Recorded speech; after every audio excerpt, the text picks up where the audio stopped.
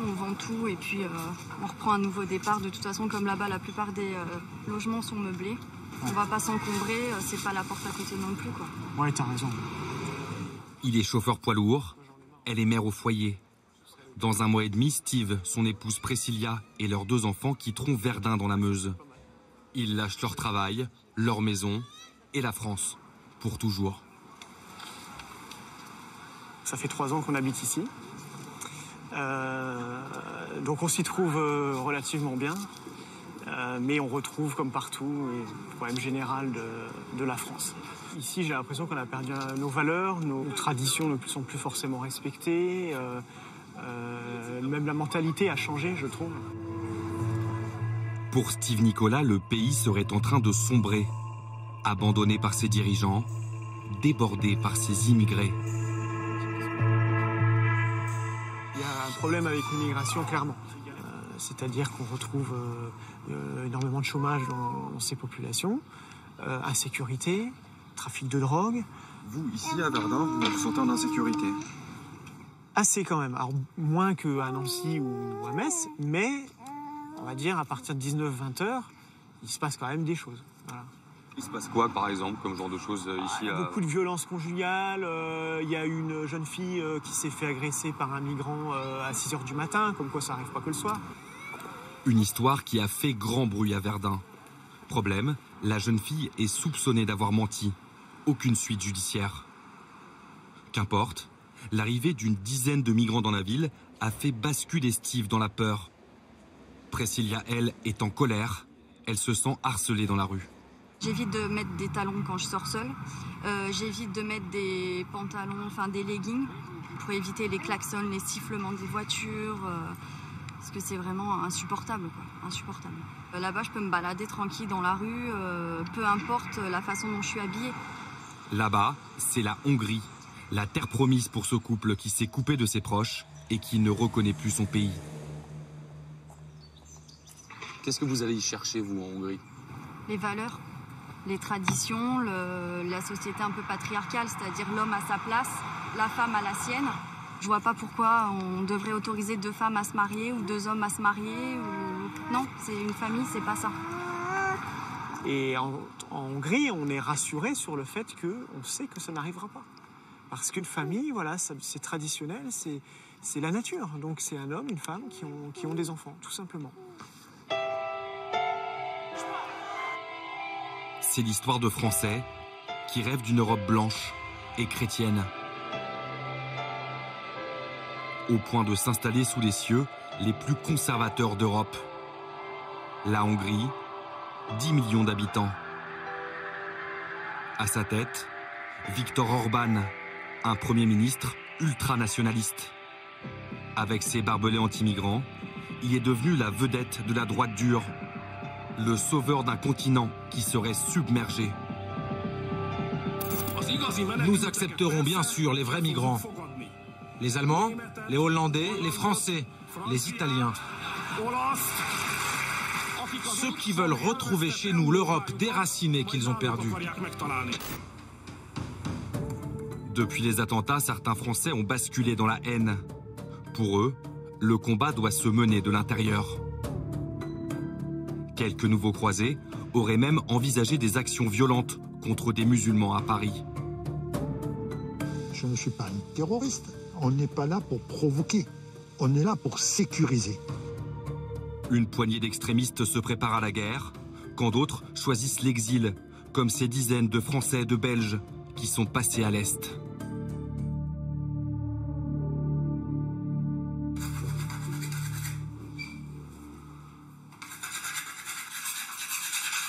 Ça colle bien. Ce qu'il reste de leur vie d'avant en Belgique tient dans 3 grosses valises. Voilà un mois que Frédéric Leroy et ses 3 enfants ont débarqué en Hongrie sans connaître personne.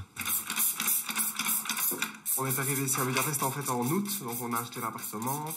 Et voilà, j'essaie vraiment de m'activer pour que la chambre des enfants soit nickel. Ils me le réclament parce que pour eux, voilà, c'est un changement de vie vraiment radical. Le père de famille a investi 70 000 € dans l'achat de ce modeste appartement. Ce commercial dans l'hôtellerie de luxe a mis sa carrière entre parenthèses Il est en congé parental et perçoit chaque mois 750 € de l'État belge. Moi, pour l'instant, je dors ici. Mais on va faire une chambre un peu mieux parce que dormir sur un divan au lit, c'est pas vraiment l'idéal. Donc voilà, il fait 67 mètres carrés. C'est clair qu'on sort d'une maison en Belgique de 150 mètres carrés, donc ça change. Vous avez perdu en confort par rapport à votre vie d'avant en Belgique. Ah, mais ça c'est clair. Maintenant, on le savait à la base. Hein. Je veux dire, on est venu ici, pas pour avoir un meilleur confort, ni une meilleure vie financièrement en tout cas, ça c'est clair. Son projet, c'est ouvrir un petit hôtel. En attendant, ses sacrifices, le trentenaire les assume, car il réalise dans cette banlieue populaire de Budapest son rêve hongrois. C'est vraiment une classe moyenne qui habite ici et ce sont des familles, il y a des personnes âgées. Il n'y a vraiment pas d'insécurité du tout. Ça n'a vraiment rien à voir avec les HLM français. Je pense qu'ici, à mon avis, je suis le seul étranger, le seul étranger dans le quartier parce que voilà, on ne connaît pas ça ici. Il n'y a pas de jeunes qui traînent dans les rues ou qui font des deals de drogue. Ou ça n'existe pas ici, vraiment. Il n'y a pas ça. Dans cet ancien pays communiste, Frédéric Leroy est venu vivre au milieu de gens qui, pense-t-il, lui ressemblent. Même culture, même religion, au diable le mélange. C'est l'église réformée en fait. Donc vous avez ici deux religions, la religion catholique et la religion réformée. Il n'y a pas de mosquée. Ça n'existe pas. En même temps, il n'y a pas de musulmans non plus, ou très peu. Donc en soi, voilà. Ils n'ont pas besoin de mosquée. Un mois après son arrivée, Parce que j'adore votre pays. il se sent plus chez lui ici que dans son pays natal, où il voyait des musulmans partout. Moi, j'avoue que j'ai toujours un peu de mal quand je vais dans des magasins en Belgique, voilà, que je vois tous ces gens voilés. Parfois, je me dis, je suis un peu étrange, je me sens un peu étranger chez moi, quoi. Et ça, c'était un peu dommage. Et c'est vrai que ça commençait vraiment à me peser de me sentir étranger chez moi. Même si moi, j'habitais dans un quartier où il n'y avait pas encore une population immigrée quand même forte. On était entouré un peu de beaucoup d'étrangers. Et ce qui crée ce climat d'insécurité. Frédéric n'est pas à un amalgame près. Pour lui, immigration égale insécurité et islam égale danger. En Belgique, ses 3 enfants étaient scolarisés dans un établissement catholique privé. Ça va les loulous? Attends. Mais ici, ils viennent de faire leur rentrée dans l'école publique du quartier. Merci. Vous êtes à l'école? Oui. Vous n'avez rien compris comme d'habitude, c'est ça? Ah, voilà. Ils étaient dans une école catholique, avec des valeurs catholiques. Et c'est vrai qu'au fil des années, on a vu la population de l'école changer. Et voilà, donc c'est vrai qu'on avait vraiment cette crainte aussi que les problèmes de raquettes arrivent et qu'on tombe dans une école de quartier un peu moins favorisé, quoi. Voilà. En Hongrie, l'État impose des cours de morale obligatoires à l'école. On y apprend notamment qu'avoir des relations sexuelles hors mariage est un péché. Mais pour l'heure, les enfants de Frédéric ne comprennent rien à ce que dit la maîtresse. La langue leur est parfaitement inconnue. Pour les devoirs, c'est la débrouille. Qu'est-ce que vous avez à faire? C'est des maths, mais je ne comprends pas les énoncés, évidemment. Il te dit quoi? Combien de moutons étaient à l'origine quand il était 64? Ni la barrière de la langue, ni l'isolement n'ont freiné Frédéric.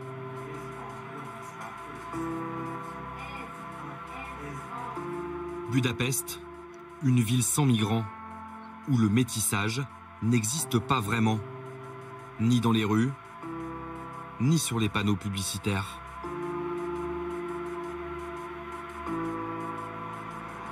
Allemands, Belges, Hollandais, quelques dizaines de Français, ils sont de plus en plus nombreux à immigrer ici pour des raisons identitaires. Je vais y attendre. Ouais. Allez, 3. Oui, comme d'hab. Alexandre vit à Budapest depuis 8 ans. Il donne des cours de hongrois aux expatriés. On essaie de voir à quel rythme ça t'arrange, si tu veux faire ça 1 fois par semaine, 2 fois par semaine. Elsa, elle, est arrivée il y a 2 ans. C'est vrai que j'aimerais bien un petit peu d'intensif, entre guillemets, histoire de vite me mettre dans le bain. Cette enfant de banlieue parisienne préfère garder l'anonymat pour sa sécurité, dit-elle. Pourquoi avez-vous décidé de quitter la France? C'est très simple. Moi, de mon expérience personnelle, au bout de la 3e agression pour qu'on me vole mon sac et mon portable, je me suis dit à un moment, il va peut-être falloir chercher une terre un peu plus clémente à ce niveau-là. Et on va pas se mentir, en Hongrie, on a trouvé ça. En toute franchise, mon point de vue est très simple. Je pense que quand on est maître de son pays, fondamentalement, dans une ère de mondialisation, le facteur immigration rentre en ligne de compte. Tout comme vous ne laisseriez pas entrer n'importe qui dans votre maison. Les Hongrois ont tout à fait le droit et le devoir d'avoir le choix. Chose que on n'a plus trop en France, non plus. Ce fantasme d'une France envahie par les étrangers, Elsa le partage avec les dirigeants hongrois. Monsieur Hidvégi est l'un des lieutenants de Viktor Orban. Il nous accueille en français, s'il vous plaît. L'islamisation de l'Europe de l'Ouest, ça a déjà commencé en fait. Ça crée des problèmes pour les gens, pour la vie, pour la sécurité, etc. Et c'est un choix que nous n'avons pas pris. Donc nous avons dit que nous voulons protéger la Hongrie comme elle est. Est-ce que vous n'avez pas peur de la limite de ça, à savoir qu'il y aurait une espèce d'international identitaire qui viendrait s'installer ici? Je ne vois pas ça comme un danger, en fait. La Hongrie, c'est un pays démocratique, bien sûr. Nous avons un système politique ouvert. Et donc, les gens peuvent venir. Tout le monde peut exprimer le point de vue. Vous n'avez pas peur que la parole, pour le coup, raciste, soit un peu libérée? Je ne crois pas. Il n'y a pas de racisme en Hongrie. Il y a par contre un débat et un discours ouvert et démocratique. Et le pays va fonctionner sans problème comme une démocratie vivante.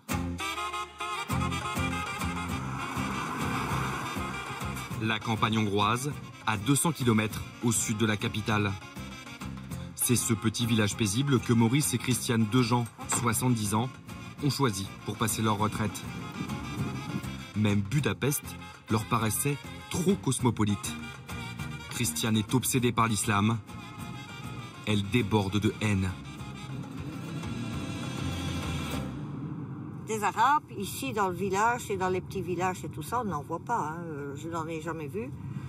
Et j'espère ne jamais en voir, parce que franchement, ces gens-là... Est-ce que vous êtes raciste? Je n'étais pas raciste, mais je le suis devenue à 200%. Je ne suis même pas à 100%, je suis à 200%. Eux, ils nous tuent, ils ne nous supportent pas. On devrait mettre la burqa, on devrait apprendre le Coran, on doit faire ci, on doit faire là. Moi, je ne suis pas d'accord de tout ça. Voilà 8 ans qu'ils ont quitté la Belgique. Le couple a coupé les ponts avec ses 3 enfants pour une histoire d'héritage. Le seul lien qu'ils conservent avec leur pays natal, c'est leur pension de retraite, 1 000 € à 2. Je dis aussi jamais qu'il y aurait des bouchons pour les vies. En Hongrie, la vie est moins chère. Je resterai ici, je terminerai mes jours ici.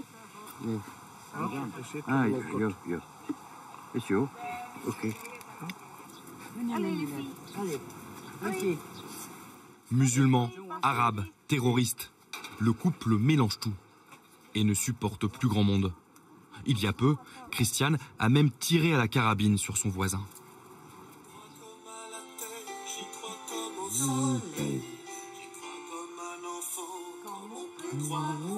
Sa haine, la retraitée l'alimente avec son passe-temps favori. Toute la journée là-dessus. Putain. Les réseaux sociaux. Gérard Collomb, 7e démission de la présidence Macron. Elle est abonnée à tous les sites d'extrême droite qui mêlent infos, rumeurs et phrases choc. Le président du Conseil français du culte musulman. L'arabe, c'est la langue de l'avenir. Et on voudrait que moi, je ne dise rien. Moi, je regrette beaucoup, mais moi, je fais mes commentaires.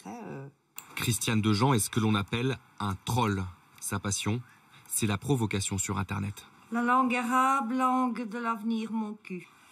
Il n'y a que par là qu'on voit ce qui se passe. Dans les TV, les radios et tout ça, on n'entend rien, tout va bien. À part s'il y a un gros attentat, alors là, on en parle. Ils se sentent obligés d'en parler. Ici, on ne court pas ces dangers-là pour l'instant, c'est sûr. Maintenant, si un jour, Orban, ça changerait que ce serait un autre qui viendrait et qui laisserait venir les Arabes, alors là, je démarre d'ici, hein, je vais ailleurs.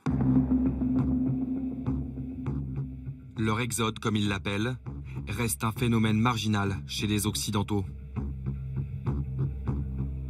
Beaucoup de ces énervés sont restés sur place. Et en France, quelques-uns se préparent activement au combat.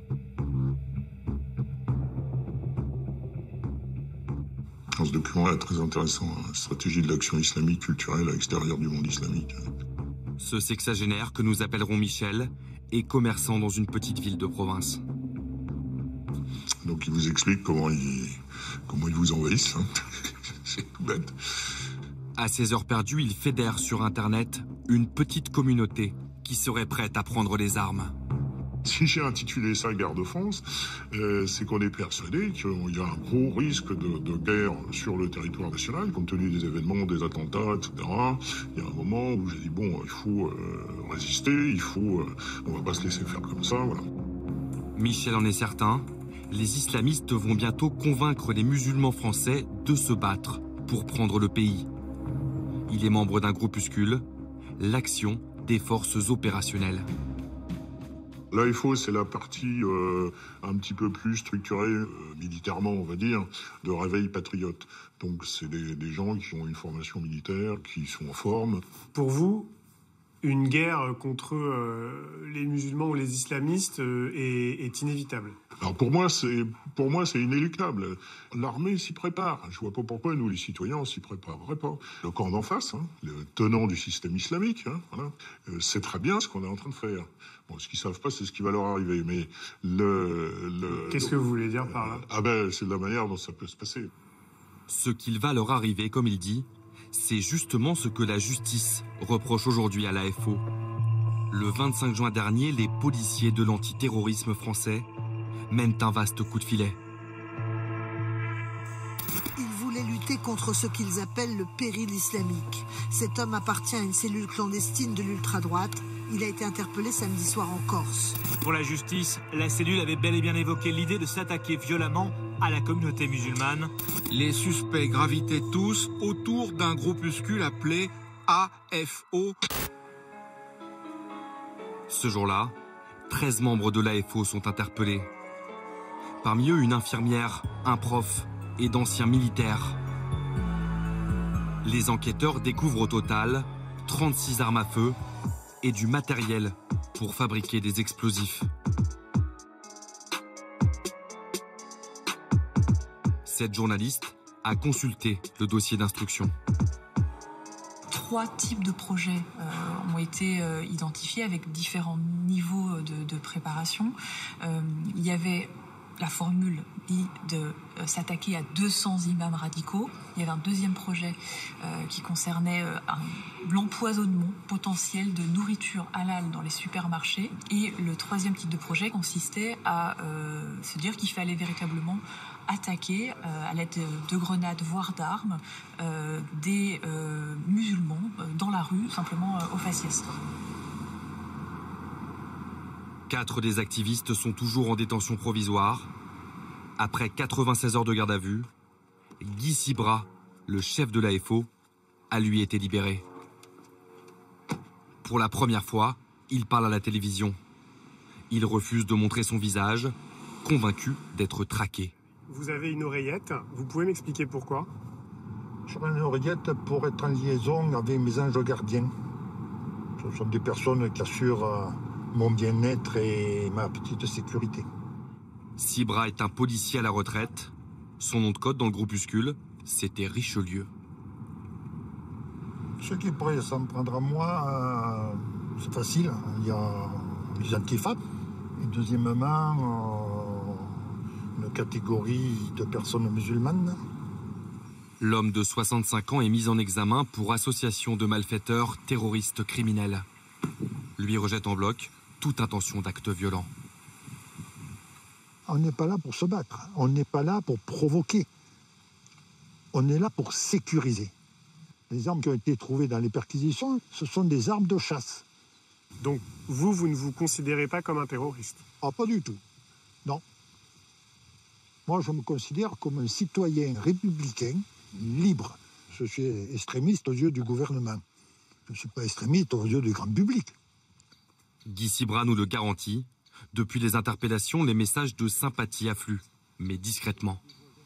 Il y a des personnes, oui, on est avec vous, mais pour l'instant, je ne peux pas me montrer parce que j'ai mon entreprise, parce que je suis connu, parce que j'ai une femme. Parce que, vous savez, c'est comme à la dernière guerre. Hein, les premiers résistants à la dernière guerre, on les traitait de terroristes. Sibra se compare presque à De Gaulle en juin 40. Un résistant, comme ceux qui s'exilent en Hongrie. Vous avez des gens qui partent et qui ne partent pas qu'en Hongrie. Vous avez des gens qui partent sur la Russie, vous avez des gens qui partent sur la Pologne. À la dernière guerre, vous aviez ceux qui étaient partis en Angleterre, rejoindre la France libre. Discours farfelu de retraités paranoïaques ou réelle dérive vers le terrorisme. Lors de leur garde à vue, 2 suspects auraient reconnu des velléités de passage à l'acte.